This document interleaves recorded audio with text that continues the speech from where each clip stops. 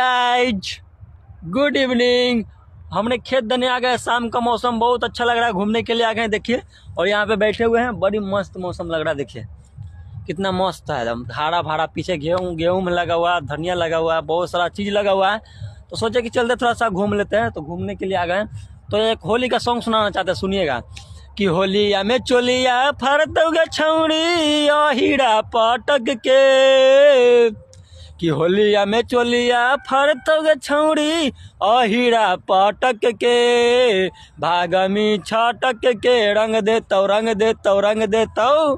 तो लड़की का आवाज रहेगा इसके बाद।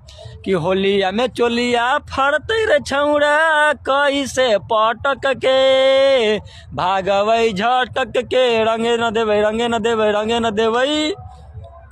कि चढ़ल हौ फागुनमा गे बनल हौ सगुनमा, कि चढ़ल हौ फागुनमा गे बनल हौ सगुनमा।